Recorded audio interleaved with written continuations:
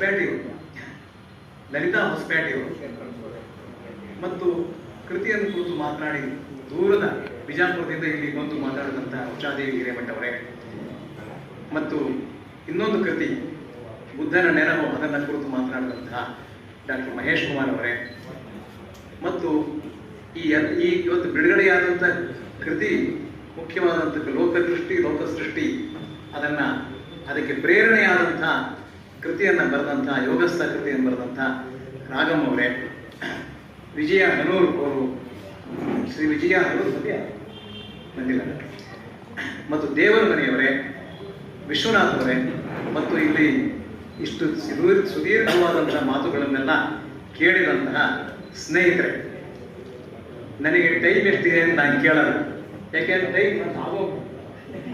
ಯಾಕೆಂದ್ರೆ ಕವಿಗೋಷ್ಠಿ ಶುರುವಾಗುವಂತ ಸಮಯ, ಅದನ್ನು ಮೀರಿ ನಾವು ಮುಂದಕ್ಕೆ ಹೋಗಿದ್ದೀವಿ.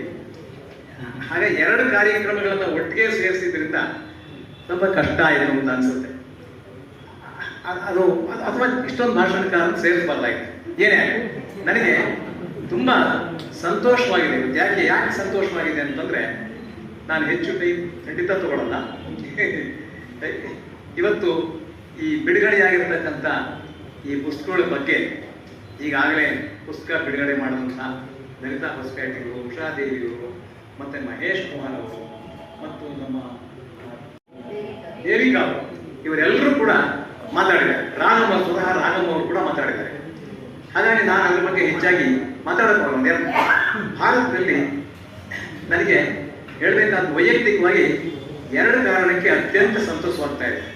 ಮೊದಲನೇ ಕಾರಣ, ನನಗೆ ಅತ್ಯಂತ ಆತ್ಮೀಯರಾದಂಥ ಗುಂಡಿಗೇರಿ ವಿಶ್ವನಾಥ್ ಮತ್ತು ಡಾಕ್ಟರ್ ಮಹೇಶ್ ಕುಮಾರ್ ಇವರುಗಳ ಬೆಳವಣಿಗೆಯನ್ನು ಕಣ್ಣಾರೆ ಕಾಣ್ತಕ್ಕಂಥ ಅವಕಾಶ ಪ್ರಾಪ್ತವಾಗಿರೋದಕ್ಕೆ, ಮತ್ತು ಈ ಹಿಂದೆ ನನಗೆ ಅತ್ಯಂತ ಪರಿಚಿತರಾಗಿದ್ದಂತಹ ಡಾಕ್ಟರ್ ರಾಗಮ್ ಅವ್ರನ್ನ ಅವರು ವಿಜಯನಗರ ಕಾಲೇಜಿನ ಒಂದ್ಸರಿ ಭೇಟಿ ಮಾಡಿದೆ, ಮತ್ತು ಮಹೇಶ್ ನಮ್ಮ ಮಹದೇವ್ ಪ್ರಕಾಶ್ ಅವರು ಹೊರಡ್ತಕ್ಕಂಥ ಪತ್ರಿಕೆ ಈ ಭಾಗವಾದ ಪತ್ರಿಕಾ ಭೇಟಿ ಮಾಡಿದ್ರು.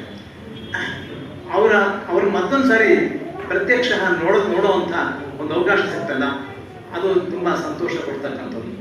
ಹಾಗಾಗಿ ಒಬ್ಬ ತಂದೆಗೆ ಅಥವಾ ತಾಯಿಗೆ ತನ್ನ ಮಕ್ಕಳು ತನ್ನ ಕಣ್ಮುಂದೆನೆ ಬೆಳೆದು ಪ್ರವರ್ಧಮಾನ ಹೊಂದಿರೋದನ್ನ, ದೊಡ್ಡ ಮನುಷ್ಯರಾಗಿರೋದನ್ನ ನೋಡೋದಕ್ಕಿಂತ ಹೆಚ್ಚಿನ ಸಂತೋಷ ಇನ್ನೊಂದಿಲ್ಲ.